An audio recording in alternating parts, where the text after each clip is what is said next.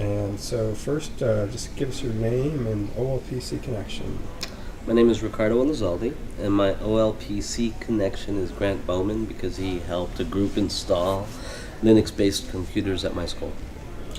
And what was your the moment that got you hooked in the OLPC XO? Oh, I'm a fish still in the water. I am not hooked. Okay, let me switch over to Sarah. Okay.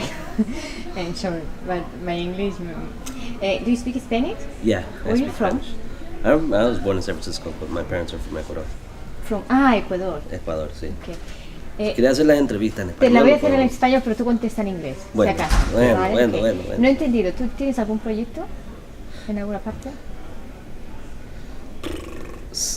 No acerca de OLPC.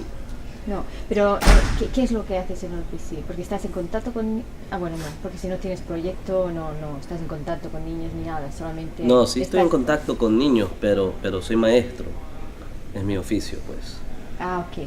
Pero con esta organización, ¿tienes algún proyecto que enseñes a algo? No. Vale. Entonces, ¿estás aquí? ¿Por qué? O sea, ¿cuál es su función? Bueno, para aprender más. So I'm answering in English, right? To learn more, and And go ahead and put the question in English too. Well, just sort of answer. So the question was... ¿Cuál es tu intención? ¿Por qué estás aquí? O sea, ¿qué es lo que... What am I doing here is her question. Okay, yeah. Just say, so what I'm doing here. So what I'm doing here is... I've always been interested in OLPC. I did my master's in instructional technologies, and I know that the underneath of OLPC is Linux-based, and I find Linux systems intriguing.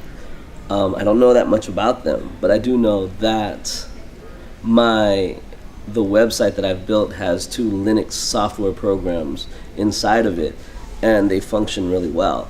And one of the software programs is one that they're talking about here is Moodle. And I like the way Moodle functions. I like the way I'm a high school teacher. I teach English language development to high school students.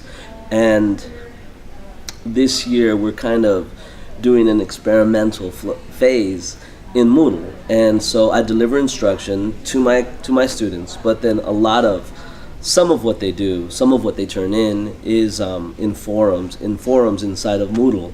And there are different functions inside of Moodle that my students are using. And so my class is slowly becoming like a blended learning class, which is to say that it's part distance learning, but I'm also there delivering the lessons. I don't know if I answered the question. I think I maybe, yeah, somewhere there. Okay. Entonces, si no entendí mal, ¿tienes alguna organización donde aplicar todo esto, lo que se hace aquí? ¿O tú crees que tú lo puedes? So her question to me was, is there, I think this was your question, there's a place where you can apply this information that you're learning here? Not specifically OLPC stuff, because I'm not familiar with sugar. I'm not familiar with the environment, and I need to become familiar with the environment in order to develop lessons to possibly share with other members of this community. Does that make sense? Yeah. Yeah. Does that answer the question? Okay. Yeah. And let's see. So